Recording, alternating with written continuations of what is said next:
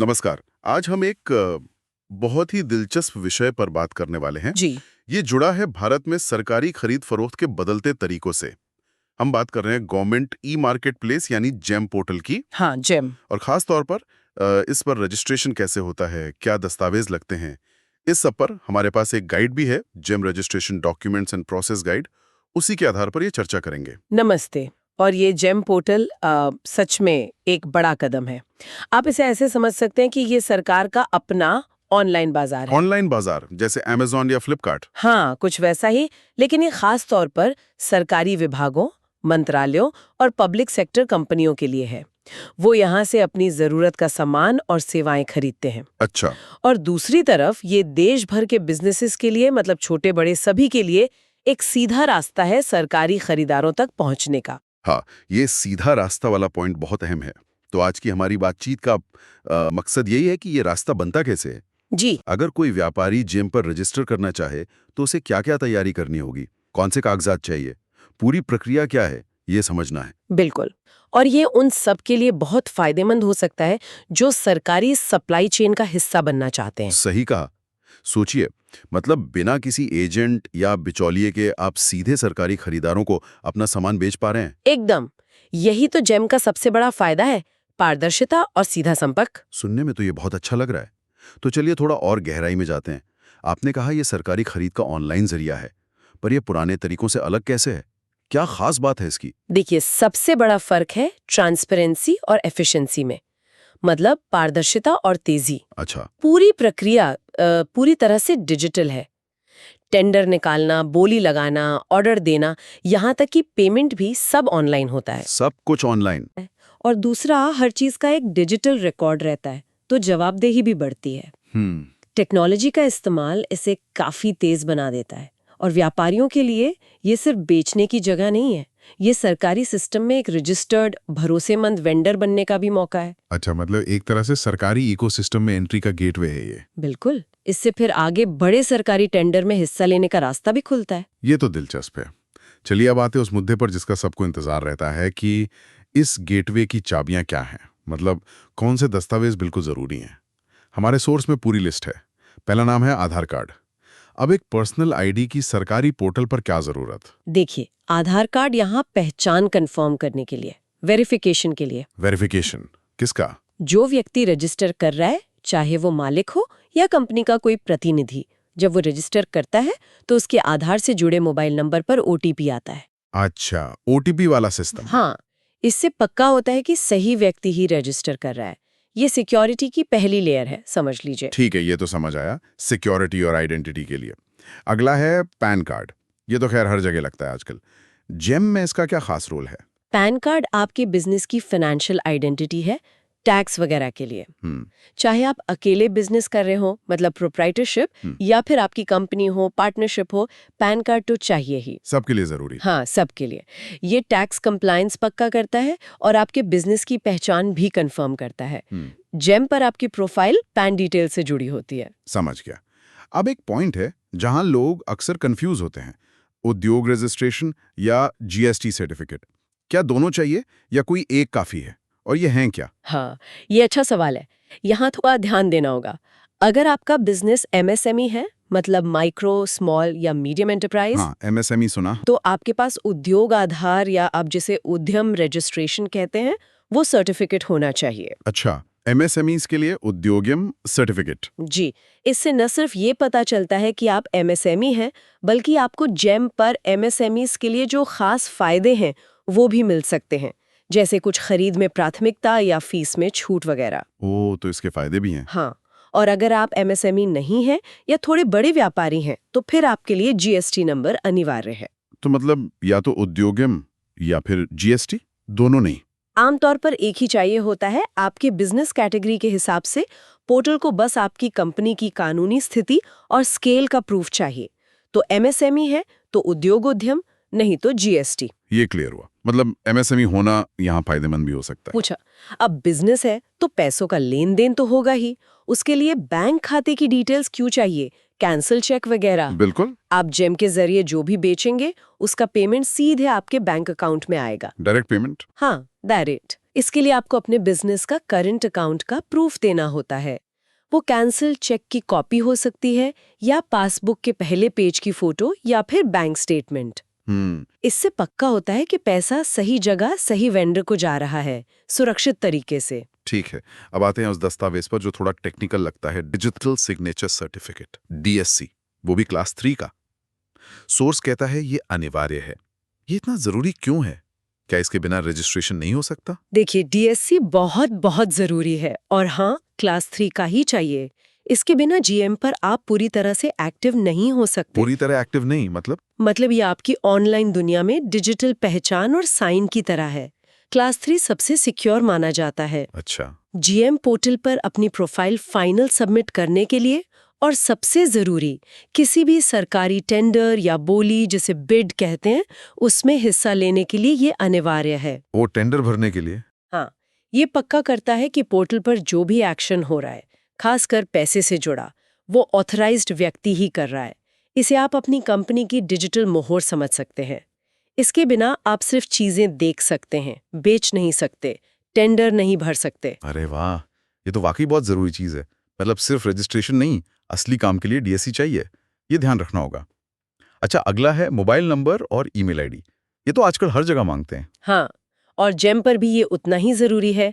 आपको एक चालू मोबाइल नंबर और एक सही ईमेल ID देनी होगी। चालू मतलब जिसे आप इस्तेमाल करते हो और जिस पर मैसेज या मेल आप देख सकें, क्योंकि पोर्टल से सारे जरूरी अपडेट्स, जैसे कोई नया टेंडर आया, आपका ऑर्डर कंफर्म हुआ, पेमेंट की जानकारी, OTP वेरिफिकेशन, सब इन्हीं पर आता है। कम्युनिकेशन के लिए। हाँ, इसीलिए ये एक्टिव और एक्सेसिबल होने चाहिए। सही है।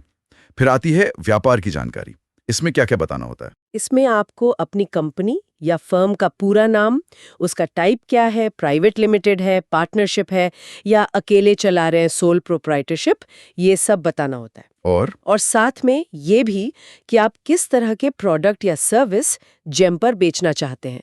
ये जानकारी आपकी सेलर प्रोफाइल और कैटलॉग बनाने में काम आती है, ताकि खरीदार आसानी से ढूंढ सकें। बिल्कुल। और लिस्ट में एक आखिरी चीज है, ब्रांड प्रमाण पत्र।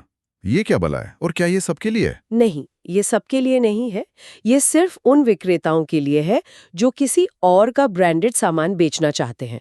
मतलब वो खुद निर्माता नहीं है। जैसे कोई उदाहरण? मान लीजिए आप HP के लैपटॉप बेचना चाहते हैं जेम पर आप HP तो है नहीं। हाँ। तो आपको HP कंपनी से एक ऑथराइजेशन लेटर लेना होगा कि हाँ, आप उनके प्रोडक्ट्स बेचने के लिए अधिकृत हैं।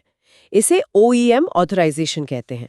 OEM यानी ओरिजिनल इक्विपमेंट मैन्युफैक्चरर। अच्छा, अगर मैं किसी ब्रांड का डीलर हो तो? जी, अगर आप खुद ही सामान बनाते हैं या बिना ब्रांड का जेनेरिक माल बेचते हैं तो आपको इसकी जरूरत नहीं पड़ेगी। बहुत बढ़िया, आपने काफी अच्छे से पूरी लिस्ट समझा दी।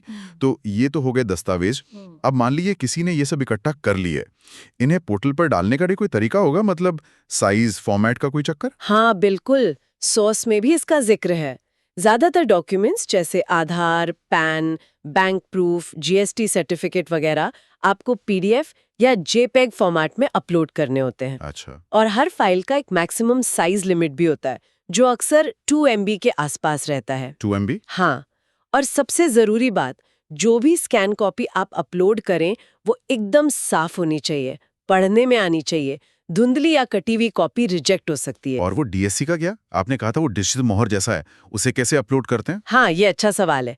DSC असल में कोई फाइल नहीं है जिसे अपलोड करना होता है। फाइल नहीं है? नहीं, वो एक एन्क्रिप्टेड डिजिटल सर्टिफिकेट होता है जो एक USB टोकन में आता है, पेन ड्राइव जैसा दिखता है। अच्छा, वो टोकन वाला। जी, जब रजिस्ट्रेशन या टेंडर भरने के टाइम DSC की जरूरत पड़ती है तो आपको वो टोकन अपने कंप्यूटर में लगाना होता है। फिर पोर्टल सीधे उस टोकन से उसे वेरीफाई करता है। तो इसका कोई फाइल अपलोड नहीं है, टोकन का इस्तेमाल है। समझ गया। ये प्रोसेस भी डिजिटली है। चलिए, डॉक्यूमेंट्स और अपलोडिंग की बात हो गई। अब मान लेते हैं कि कोई व्यापारी मेहनत करके रजिस्टर हो गया, तो उसे इस सब का फायदा क्या मिलेगा? जेम पर सेलर बनने के असल फायदे क्या हैं? फायदे तो कई हैं और काफी बड़े फायदे हैं। सबसे पहला और सबसे बड़ा, पूरे देश के सरकारी बाजार तक सीधी पहुंच। पूरे देश? हाँ, आप सिर्फ अपने शहर या राज्य तक सीमित नहीं रहते। आप कहीं भी बैठे देश के किसी भी कोने में मौजूद सरकारी विभाग को अपना माल बेच सकते हैं, वो भी बिना किसी बिचौलिए के। बिना बिचौलिए के? वाह! इससे न सिर्फ बिजनेस का स्कोप बढ़ता है, बल्कि जो कमीशन वगैरह देना पड़ता था वो भी बचता है। ये तो कॉस्ट कटिंग और प्रॉफिट बढ़ाने में मदद करेगा। और शुरू में आपने पारदर्शिता की बात की थी, उसका क्या फायदा है सेलर को? पारदर्शिता का मतलब है कि पूरी खरीद प्रक्रिया ऑनलाइन दिखती है। कौन सा टेंडर निकला, किसने अप्लाई किया, किसको मिला, सब ट्रैक हो सकता है। इससे गड़बड़ी या पक्षपात की गुंजाइश कम होती है। और सेलर्स के लिए एक और बड़ा फायदा है पेमेंट सिस्टम। पेमेंट? वो कैसे? जेएम पर पेमेंट का प्रोसेस काफी हद तक ऑटोमेटेड और टाइम बाउंड है। नियम है कि सामान डिलीवरी और एक्सेप्टेंस के बाद इतने दिन में पेमेंट हो जानी चाहिए। अच्छा, मतलब पेमेंट अटकेगी नहीं? उम्मीद तो यही है कि कम अटकेगी। इससे सेलर्स का पैसा सरकारी दफ्तरों में फंसा रहने का रिस्क कम होता है। ये खासकर छोटे व्यापारियों के लिए बड़ी राहत है। ये तो कैश फ्लो के लिए बहुत ही अच्छा है। सोच में एमएसएमईज के लिए कुछ खास फायदों का भी जिक्र था, वो क्या है? हाँ, सरकार की पॉलिसी है एमएसएमईज को सपोर्ट करने की, और जेम उसमें मदद करता है। जो एमएसएमईज जेम पर रजिस्टर्ड हैं, उन्हें कुछ स्पेशल बेनिफिट्स मिलते हैं। जैसे कई टेंडर्स में यह नियम होता है कि खरीद का कुछ % हिस्सा सिर्फ एमएसएमई से ही लेना है। कुछ मामलों में उन्हें टेंडर फीस या जो सिक्योरिटी डिपॉजिट ईएमडी होती है वो जमा करने से छूट मिल जाती है। ओह, तो ये तो छोटे बिजनेस को कंपटीशन में मदद करता होगा। बिल्कुल, ये उन्हें बड़े प्लेयर्स के साथ मुकाबला करने और सरकारी कॉन्ट्रैक्ट पाने में मदद करता है। ये एक तरह से सरकारी सपोर्ट का प्रैक्टिकल तरीका है। तो ये सिर्फ एक मार्केटप्लेस नहीं, बल्कि छोटे कारोबारियों को आगे बढ़ाने का एक जरिया भी है। अब कुछ आम सवाल लेते हैं जो लोगों के मन में आते होंगे। सोर्स में भी कुछ FAQs हैं। पहला, क्या ये DSC वाकई में कंपलसरी है? इसके बिना काम नहीं चल सकता? हाँ, जैसा हमने पहले भी बात की थी, क्लास 3 DSC अनिवार्य है। बिल्कुल अनिवार्य। जी, इसके बिना आप ना तो प्रोफाइल सबमिट कर सकते हैं, ना ही टेंडर प्रोसेस में हिस्सा ले सकते हैं। तो हाँ, ये कंपलसरी है। और क्या कोई अकेला आदमी, मतलब सोल प्रोप्राइटर, वो भी रजिस्टर कर सकता है या सिर्फ कंपनियां ही कर सकती हैं? नहीं, ऐसा बिल्कुल नहीं है। सोल प्रोप्राइटरशिप फर्म्स भी जेम पर सेलर बन सकती हैं। उन्हें भी अपने डॉक्यूमेंट्स जैसे पैन, आधार, बैंक डिटेल्स और अगर लागू हो तो GST या उद्योग सर्टिफिकेट, वो सब जमा करने होते हैं। अच्छा, वो भी एलिजिबल हैं। अब अगर किसी के पास सारे डॉक्यूमेंट्स रेडी हों, तो आमतौर पर रजिस्ट्रेशन पूरा होने में कितना वक्त लग जाता है? सोर्स के हिसाब से अगर सारे डॉक्यूमेंट्स ठीक है, जानकारी पूरी भरी है, तो वेरिफिकेशन प्रोसेस में नॉर्मली 3 से 7 वर्किंग डेज लग सकते हैं। 3 से 7 दिन? हाँ, पर ये इस पर भी डिपेंड करता है कि वेरिफिकेशन करने वाले अधिकारी कितनी जल्दी प्रोसेस करते हैं। कभी-कभी थोड़ा ज़्यादा टाइम भी लग सकता है। और अगर हम बात करें कि पूरी प्रक्रिया में सबसे ज़रूरी, मतलब क्रिटिकल डॉक्यूमेंट्स कौन से हैं, जिनके बिना बात आगे बढ़ेगी ही नहीं? हमारी बातचीत और सोर्स के आधार पर मुझे लगता है 2 चीज़ें सबसे अहम है। एक तो आपकी बिजनेस का प्रूफ, यानी उद्योग सर्टिफिकेट या GST सर्टिफिकेट, ये आपकी पहचान है। और दूसरा क्लास 3 का DSC, क्योंकि उसके बिना आप असली काम यानी टेंडरिंग कर ही नहीं सकते। सही है। चलिए, प्रोसेस और डॉक्यूमेंट्स तो समझ आ गए, लेकिन अगर किसी को रजिस्ट्रेशन करते हुए कोई दिक्कत आ जाए, मान लीजिए कोई डॉक्यूमेंट अपलोड नहीं हो रहा या कोई टेक्निकल प्रॉब्लम है, तो मदद कहाँ से मिलेगी? हाँ, ये भी एक जरूरी सवाल है। इसके लिए भी व्यवस्था है। सोर्स में एक खास वेबसाइट का जिक्र है, gemonlineportal.grih.in। अच्छा, एक अलग पोर्टल है मदद के लिए? जी, ये पोर्टल खास तौर पर जेम रजिस्ट्रेशन से जुड़ी मदद के लिए ही बनाया गया है। अगर किसी को प्रोफाइल बनाने, डॉक्यूमेंट अपलोड करने, DSC लिंक करने या ऐसी कोई भी टेक्निकल या प्रोसेस रिलेटेड दिक्कत आती है, तो वो इस पोर्टल पर जा सकते हैं। वहाँ क्या मिलेगा? वहाँ अक्सर step by step guide, FAQs और कॉन्टैक्ट डिटेल्स मिल जाते हैं। मदद के लिए? जी, ये जानकारी तो बहुत काम की है। अक्सर लोग शुरू तो कर देते हैं, पर बीच में अटक जाएं तो पता नहीं होता कहाँ पूछें। एक डेडिकेटेड हेल्प चैनल होना तो बहुत अच्छा है। बिल्कुल। इससे ये कोशिश है कि टेक्निकल जानकारी की कमी की वजह से कोई लायक बिजनेस इस मौके से चूक न जाए। तो आज की हमारी इस पूरी चर्चा का अगर सार निकालें तो क्या मुख्य बातें लगती हैं? मेरे हिसाब से पहली और सबसे जरूरी बात यह है कि जेम पोर्टल भारतीय बिजनेसेस के लिए सरकारी खरीद के बहुत बड़े बाजार में घुसने का एक मॉडर्न, ट्रांसपेरेंट और एफिशिएंट तरीका है। मॉडर्न और ट्रांसपेरेंट। और ये पूरा डिजिटल है, जो इसे तेज और आसान बनाता है। और दूसरी बात शायद ये कि हाँ, डॉक्यूमेंट्स की लिस्ट तो है, लेकिन अगर तैयारी सही हो, खासकर अपनी बिजनेस आइडेंटिटी, इंडस्ट्री जीएसटी और डिजिटल सिग्नेचर डीएससी रेडी हो, तो रजिस्ट्रेशन उतना भी मुश्किल नहीं है। सही कहा। और ये वाकई में बिजनेसेस के लिए, खासकर छोटे और